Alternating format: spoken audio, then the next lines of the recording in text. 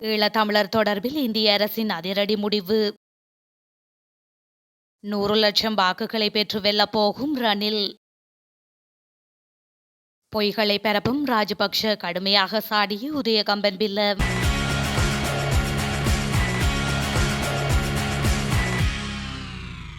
எதிர்வரும் அக்டோபர் மாதம் அதிபர் தேர்தல் நடைபெறும் எனவும் அத்தேர்தலில் ரணில் விக்ரமசிங்க 100 லட்சம் வாக்குகளை பெற்று வெற்றி பெறுவார் எனவும் ஐக்கிய தேசிய கட்சியின் தவிசாளர் வஜிராபேவர்தன தெரிவித்துள்ளார். அடுத்த அதிபர் தேர்தலை இலக்கு வைத்து ஐக்கிய தேசிய கட்சியால் நடத்தப்பட்ட முதலாவது பொதுக்கூட்டம் நிதர்சனம் எனும் துணைப்பொருளின் கீழ் குருநாகல் குளியாப்பட்டியவில் நடைபெற்றது.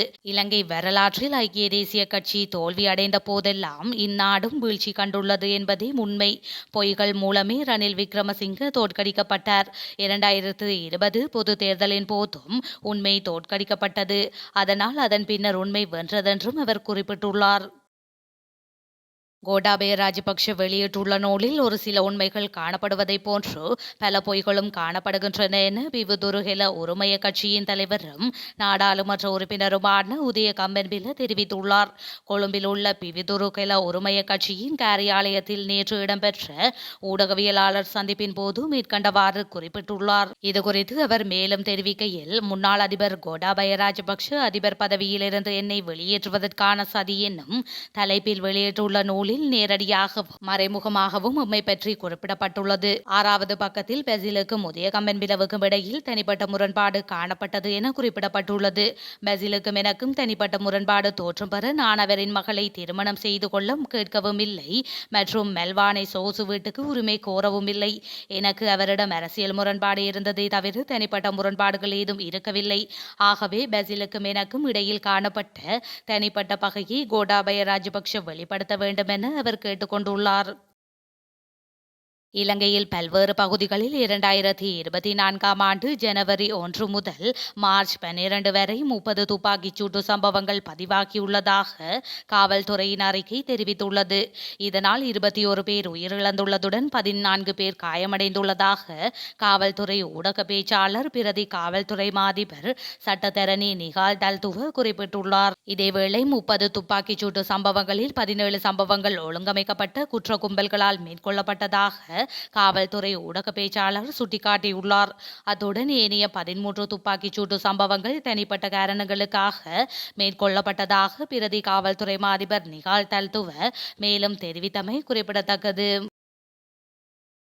சமஷ்டி அதிகார பரவலாக்கம் நடைபெற்றால் நாடு பிளவுபடும் என்று கூறுபவர்கள் வெளிநாட்டு அமைச்சர் அலிசப்ரி கூறியிருக்கும் தமிழர்கள் சமஷ்டியை கோருவதற்கு உரித்துடையவர்கள் தகுதியுடையவர்கள் என்பதனை உணர்வதுடன் அவரது உதாரணங்களையும் சீர்தூக்கி பார்க்க வேண்டும் என நாடாளுமன்ற உறுப்பினர் கோவிந்தன் கருணாகரம் தெரிவித்துள்ளார். மட்டக்களப்பில் உள்ள அவரது அலுவலகத்தில் இன்று நடைபெற்ற ஊடக சந்திப்பிலேயே இதனை அவர் தெரிவித்துள்ளார்.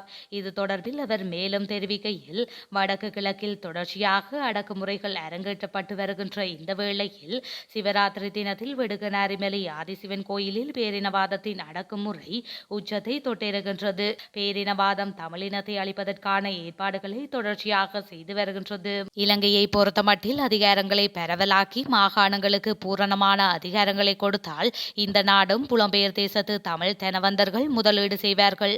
அவர்களது முதலீடுகளுக்கு பாதுகாப்பில்லாமல் அவர்கள் எக்காரணம் கொண்டும் வரமாட்டார்கள். வருகின்ற ஒரு சிலரை கூட புலிபினாமிகள் தமிழீழ விடுதலை புலிகளை பின்பற்றுபவர்கள் என்று கூறும் அளவிற்கு தான் இந்த நாட்டின் அரசியல்வாதிகள் இருக்கின்றார்கள் என அவர் மேலும் தெரிவித்துள்ளார். முன்னாள் அதிபர் கோட்டாபய ஆட்சிக்கு வருவதற்காக நடத்தப்பட்ட உயிர்த்த ஞாயிறு தாக்குதல் சதி நடவடிக்கை தொடர்பில் அவரது நூல் குறிப்பிட மறந்துவிட்டதா என வடக்கு மாகாண சபை முன்னாள் உறுப்பினர் சபா குகதாஸ் கேள்வி எழுப்பியுள்ளார். இது தொடர்பில் அவர் மேலும் தெரிவிக்கையில், அண்மையில் முன்னாள் அதிபர் கோட்டாபய வெளியிட்ட நூலில் தன்னை ஆட்சியிலிருந்து வெளியேற்ற சர்வதேச சதி நடைபெற்றதாக குறிப்பிட்டுள்ளார். அவர் கூறும் சர்வதேச சதியில் ஈடுபட்ட நாடுகள் தொடர்பில் வெளிப்படையாக பதிவு செய்ய தவறிவிட்டார் விட்டார் என்ற பெரும் விமர்சனத்துக்கு அப்பால் ரஷ்ய தூதரகமானது சதியை ஏற்படுத்திய நாடுகளை குறிப்பிட வேண்டும் என தமது கருத்தை பதிவு செய்துள்ளது.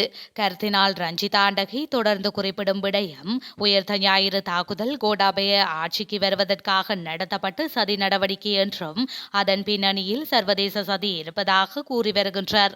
மேலும் பாதிக்கப்பட்டவர்களுக்கான நீதிக்காக ஐக்கிய நாடுகள் சபையின் கதவுகளையும் தட்டியுள்ளார். இந்த சர்வதேச சதி தொடர்பில் கோட்டாவின் நூல் குறிப்பிட மறந்துவிட்டதா? ஸ்ரீலங்காவில் ஆட்சிக்கு வரும் அதிபர்கள் எல்லோரும் சர்வதேச நாடுகளில் குறிப்பாக பூகோள நாடுகளின் உதவியுடன் வந்துள்ளதுடன் எதிர்காலத்திலும் இது தொடரும் என அவர் குறிப்பிட்டுள்ளார். எதிர்வரும் அதிபர் தேர்தலில் ஸ்ரீலங்கா பொதுஜன பெரமுனவின் அதிபர் வேட்பாளரை முன்னிறுத்துவதாக அக்கட்சியின் தலைவர் மஹிந்த ராஜபக்ஷ தெரிவித்துள்ளதாக ரஷ்யாவுக்கான முன்னாள் இலங்கை தூதுவர் உதயங்க வீரதுங்க தெரிவித்துள்ளார். அதன் பிரகாரம் ரணில் விக்ரமசிங்க விரும்பினால் ஐக்கிய தேசிய கட்சியிலிருந்து அதிபர் வேட்பாளராக போட்டியிடலாம் எனவும் அவர் தெரிவித்துள்ளார். ஆனால் ரணில் விக்ரமசிங்க இந்த அதிபர் தேர்தலில் போட்டியிட மாட்டார் என உத்தரவாதம் அளிப்பதாகவும் அவர் கூறினார். ஒருவேளை அனுரதி திசாநாயவுக்கு உதவி செய்து பிரதமர் பதவியை பெறுவதற்கான சந்தர்ப்பம் இருப்பதாகவும் விக்ரமசிங்க இவ்வாறான அரசியல் காழ்ப்புணர்ச்சிகளுக்கு பழகிவிட்டதாகவும் அவர் கூறியுள்ளார். ஐக்கிய குடியரசு முன்னணியின் தலைவரும் நாடாளுமன்ற உறுப்பினருமான பாட்டாளி சம்பிக்க ரணவக்க இந்தியாவுக்கு உத்தியோகபூர்வ பயணம் ஒன்றை மேற்கொண்டுள்ளார். மக்கள் விடுதலை முன்னணி தலைமையிலான தேசிய மக்கள் சக்தியின் தலைவர் அனுரகுமார திசாநாயக்க அண்மையில் இந்தியாவுக்கு உத்தியோகபூர்வ பயணம் ஒன்றை மேற்கொண்ட நிலையிலேயே பாட்டாளி சம்பிக்க ரணவக்க இந்த பயணத்தை மேற்கொண்டுள்ளார். இந்தியாவின் மிசோராம் சர்வதேச பல்கலைக்கழகத்தின் அழைப்பின் பேரில் ஐக்கிய குடியரசு முன்னணியின் தலைவரும் நாடாளுமன்ற உறுப்பினருமான பாட்டாளி சம்பிக்க ரணவக்க இந்தியாவுக்கு பயணம் ஒன்றை மேற்கொண்டுள்ளார். இந்த பல்கலைக்கழகத்தில் நடைபெறவுள்ள சுற்றுச்சூழல் மற்றும் நிலையான வளர்ச்சி குறித்த அறிஞர் மாநாட்டில் பாட்டாளி சம்பிக்க ரணவக்க உரையாற்ற உள்ளார். இதனைத் தொடர்ந்து புதுடெல்லியில் அவர் சில நாட்கள் தங்கியிருந்து இந்தியாவின் சில முக்கிய தரப்பினரை சந்தித்து பேச்சுக்களை முன்னெடுக்க உள்ளதாக தகவல் அறிந்த வட்டாரங்கள் தெரிவித்துள்ளன. நாங்கள் உங்கள் எதிரி என்பதை மீண்டும் மீண்டும் இந்தியா ஈழத்தமிழர்களுக்கு கூற முயற்சிப்பதாக பிரித்தானிய இராணுவ ஆய்வாளர் கலாநிதி அரூஸ் தெரிவித்துள்ளார். இந்தியாவில் ஈழத்தமிழர் குடியுரிமை தொடர்பான அரசின் முடிவு தொடர்பில் ஊடக நிகழ்ச்சியொன்றில் கலந்து கொண்டு கருத்து தெரிவிக்கும் போதே அவர் இவ்வாறு குறிப்பிட்டுள்ளார். அதாவது இந்தியாவினை பொறுத்தமட்டில் பாகிஸ்தானை போன்றே இலங்கையையும் அவதானித்து வருவதாக சுட்டிக்காட்டியுள்ளார். இந்தியாவில் இருக்கும் எந்த ஒரு அரசியல் கட்சியும் ஈழத்தமிழர்களுக்கு சிறந்த தீர்வினை பெற்றுக் கொடுக்காது என்றும் அவர் தெரிவித்துள்ளார். மேலும் புலம்பெயர் தமிழ் அமைப்புகளுக்கு பெரும் பின்னடைவினை ஏற்படுத்திய கட்டமைப்பாக இந்தியாவின் புலனாய்வு அமைப்பு செயற்பட்டதாகவும் அவர் குறிப்பிட்டுள்ளார். இலங்கையில் தமிழ் மக்கள் தொடர்ந்தும் சிங்கள பௌத்த ஏகாதிபத்தியத்தின் கீழ் வாழ்ந்து வருவதாக தமிழ் மக்கள் தேசிய கூட்டணியின் தலைவரும் நாடாளுமன்ற உறுப்பினருமான சி.வி. விக்னேஸ்வரன் சுட்டிக்காட்டியுள்ளார். வெடுக்கு நேரிமலை ஆதிலிங்கேஸ்வரர் ஆலயத்தில் சிவராத்திரி தினத்தன்று பூசை வழிபாடுகளில் ஈடுபட்ட பக்தர்கள் காவல்துறையினரால் கைது செய்யப்பட்டமை குறித்து விக்னேஸ்வரன் வெளியிட்டுள்ள கண்டன அறிக்கையிலேயே இதனை குறிப்பிட்டுள்ளார். இலங்கையின் புராதன நாகரிகம் தொடர்பான வரலாறுகளை அடுத்த சந்ததிக்கு கொண்டு செல்வது சமய கலாச்சார அமைச்சின் பிரதான நோக்கம் என அமைச்சர் விதுர விக்ரமநாயக்க தெரிவித்துள்ளார்.